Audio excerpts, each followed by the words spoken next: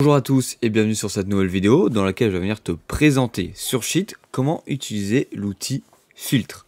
Alors c'est très simple, tu vas venir simplement cliquer ici pour sélectionner tout ce que tu as sur ton document Sheet. Une fois que tu as sélectionné cela, tu vas aller sur le petit émoticône ici pour venir créer un filtre.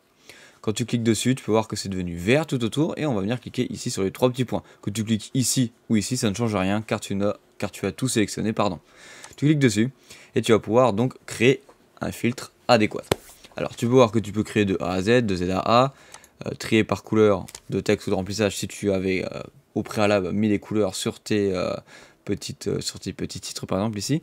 Ici, filtré par couleur, ici tu as filtré par condition, ici filtré par valeur, ici tu as filtré par condition. Et filtrer par condition, je trouve que c'est l'outil le plus utile de toute la possibilité que tu as de faire des filtres sur Sheet.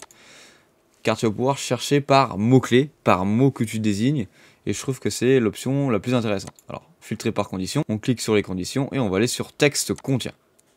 Moi, c'est la fonctionnalité que j'utilise le plus, et on va venir par exemple chercher là-dedans tous les clubs de foot. Donc toutes les dénominations avec écrit foot vont ressortir quand je vais cliquer sur OK. Tu peux voir que le filtre a été effectué et je retrouve exclusivement que des clubs de foot dans mes recherches.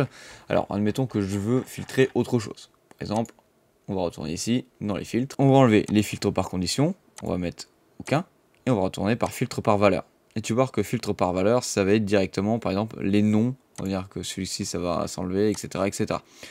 C'est pour ça que je vous dis que le filtre par condition, je trouve que c'est le filtre le plus utile car ça va directement chercher ce que tu cherches réellement dans ton produit, dans ton sheet tout simplement, parce que là on a à peu près, si je ne me trompe pas, 90 000 résultats sur ce document là, et là je trouve directement par exemple les clubs de foot.